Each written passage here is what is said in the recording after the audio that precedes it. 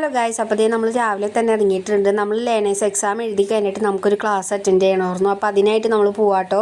രാവിലെ തന്നെ അച്ഛൻ പറഞ്ഞു ബസ് സ്റ്റോപ്പ് വരെ ആക്കാമെന്ന്. അപ്പോൾ നമ്മൾ അവിടെ എത്തിയിട്ടുണ്ടായിരുന്നു. ഏകദേശം ഒരു 8:15 നമ്മൾ എത്തിയത്. നമ്മൾ വിചാരിച്ചു ആരും ഉണ്ടാവില്ല എന്ന്. പക്ഷെ അവിടെ ചെന്നപ്പോൾ ഇതും എൻ്റെ തെറ്റിദ്ധാരണയായിരുന്നു. ഞാൻ ചെന്നപ്പോഴേക്ക് 8:15 ആയിട്ടുണ്ടായിരുന്നു. അപ്പോൾ ഞാൻ വിചാരിച്ചു ഞാൻ നേരത്തെ വന്നിരുന്നു. പക്ഷെ ഞാനൊന്നും അല്ലടാ നേരത്തെ വന്നത്. 7:45 ആൾക്കാർ വന്ന് അവിടെ ഇരിക്കുന്നതായിരുന്നു. എല്ലാവരെയും കണ്ടപ്പോഴേക്കും ഞാനൊരു എക്സ്ട്രോവേർട്ടായി, ഞാനൊരു ഇൻട്രോവേർട്ടായി മാറി. ഒരു കസാര ചോദിക്കാൻ പോലും എനിക്ക് മടിയായിരുന്നു. പിന്നെ എങ്ങനെയൊക്കെ 2.5 മണിക്കൂർ ഞാൻ ആ ക്ലാസ് കേട്ട് അവിടെ ഇരുന്നു.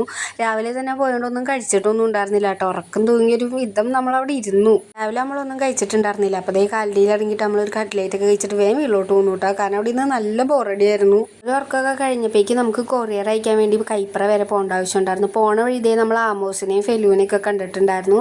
അപ്പോൾ നമ്മൾ ഫെലൂനോട് ഒരു ഹൈ പറയാൻ വേണ്ടി പറഞ്ഞു. ആമോസ് നമ്മുടെ വീഡിയോയിൽ ഒരു ഹൈ പറയുന്നുണ്ട്.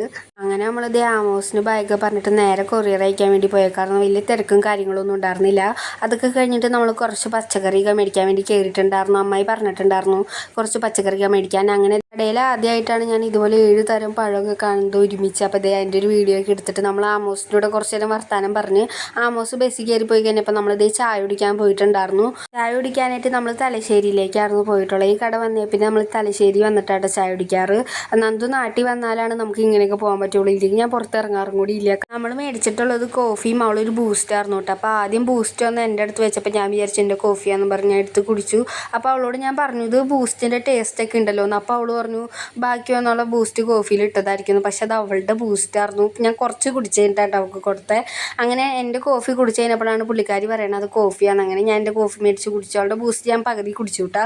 അതൊക്കെ കഴിഞ്ഞ് നമ്മൾ നേരെ വീട്ടിലേക്ക് തിരിച്ചു വന്നു. അപ്പോൾ ഇന്നത്തെ വീഡിയോ ഇത്രേ ഉള്ളൂ. അപ്പോൾ നെക്സ്റ്റ് വീഡിയോയിൽ കാണാം. അപ്പോൾ ഓക്കെ, ബൈ ഗായ്സ്.